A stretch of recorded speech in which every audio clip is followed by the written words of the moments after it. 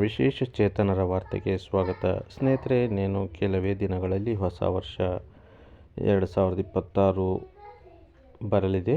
ಈ ಕುರಿತು ಒಂದು ವಿಶೇಷ ವರದಿಯನ್ನು ಇವತ್ತು ನಿಮ್ಮ ಮುಂದೆ ತರ್ತಾ ಇದ್ದೀನಿ. ಸ್ನೇಹಿತರೆ, ನಮ್ಮ ಚಾನಲ್ ಹೊಸದಾಗಿ ನೋಡ್ತಾ ಇರೋರು ಚಾನಲನ್ನು ಸಬ್ಸ್ಕ್ರೈಬ್ ಮಾಡಿಕೊಂಡು ಈ ವಿಡಿಯೋವನ್ನು ಲೈಕ್ ಮಾಡಿ ಮತ್ತು ಪ್ರತಿಯೊಬ್ಬ ಸ್ನೇಹಿತರಿಗೂ ವಿಡಿಯೋವನ್ನು ಶೇರ್ ಮಾಡಿ. ಸ್ನೇಹಿತರೆ, ಹೊಸ ಸುದ್ದಿಗಳಿಗಾಗಿ ನಿರಂತರವಾಗಿ ವಿಶೇಷ ಚೇತನರ ವಾರ್ತೆಯನ್ನು ತಪ್ಪದೇ ವೀಕ್ಷಿಸಿ.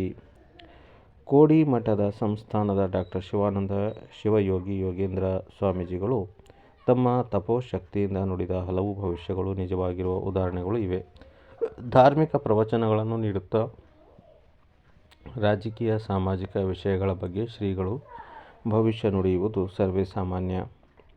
ಇದರ ನಡುವೆ ಕೋಡಿ ಶ್ರೀಗಳು ಈ ಆಧುನಿಕ ಜಗತ್ತಿನಲ್ಲಿ ಉಂಟಾಗುವ ಸಮಸ್ಯೆಗಳ ಬಗ್ಗೆ ಕೂಡ ಆಗಾಗ ಎಚ್ಚರಿಕೆ ನೀಡುತ್ತಲೇ ಇದ್ದಾರೆ. ಇದೀಗ ಹೊಸ ವರ್ಷದ ಸಮೀಪದಲ್ಲಿರುವಾಗಲೇ 2026 ಬಗ್ಗೆ ಕೋಡಿ ಶ್ರೀಗಳು ಭಯಾನಕ ಭವಿಷ್ಯವನ್ನು ನುಡಿದಿದ್ದಾರೆ. ಒಂದು ಸಂಕ್ರಾಂತಿ ಫಲ, ಮತ್ತೊಂದು ಯುಗಾದಿ ಫಲ ಎನ್ನುವ ಒಂದು ನಾಣ್ಣುಡಿ. ರಾಜಕೀಯದ ಚದುರಾಟ ಬಗ್ಗೆ ಸ್ಫೋಟಕ ಭವಿಷ್ಯ ನುಡಿದಿರುವ ಶ್ರೀಗಳು ಹೊಸ ವರ್ಷ 2026 ಸಂತಸದಿಂದ ತುಂಬಿರುತ್ತಾ ಅಥವಾ ಕಷ್ಟದ ಸರಮಾಲೆಯಾಗುತ್ತಾ ಎನ್ನುವ ಬಗ್ಗೆ ಮಾರ್ಮಿಕವಾಗಿ ಉತ್ತರ ನೀಡಿದ್ದಾರೆ. ಬೆಳಗಾವಿಯಲ್ಲಿ ಮಾತನಾಡಿದ ಅವರು, ಜ್ಯೋತಿಷ್ಯದ ಭವಿಷ್ಯದಲ್ಲಿ ಒಂದು ಸಂಕ್ರಾಂತಿ ಫಲ, ಮತ್ತೊಂದು ಯುಗಾದಿ ಫಲ ಅಂತ ಇರುತ್ತೆ ಎಂದಿದ್ದಾರೆ. ಎಲ್ಲವೂ ಅತಂತ್ರ, ಭವಿಷ್ಯ ಕಷ್ಟ.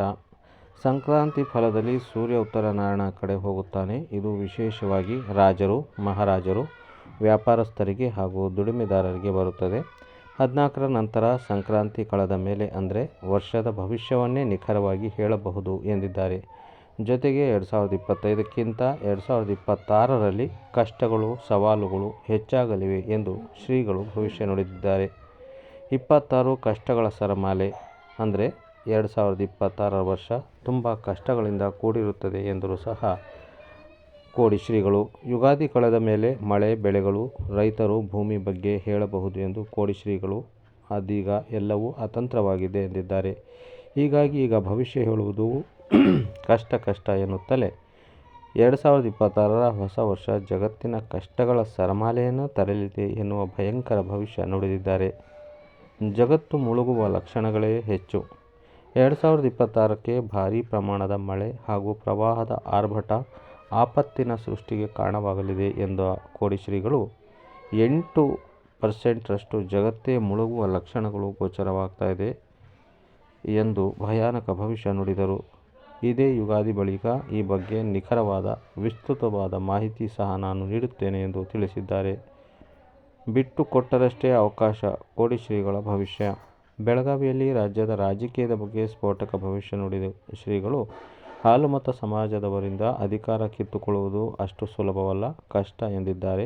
ತಾನಾಗಿಯೇ ಸಿದ್ದರಾಮಯ್ಯನವರು ಅಧಿಕಾರ ಬಿಟ್ಟು ಕೊಟ್ಟರೆ ಮಾತ್ರ ಬೇರೆಯವರಿಗೆ ಅವಕಾಶ ಸಿಗಬಹುದು ಎಂದು ರಾಜಕೀಯದ ಬಗ್ಗೆ ಕೋಡಿ ಶ್ರೀಗಳು ಸ್ಪಷ್ಟ ಭವಿಷ್ಯ ನುಡಿದಿದ್ದಾರೆ.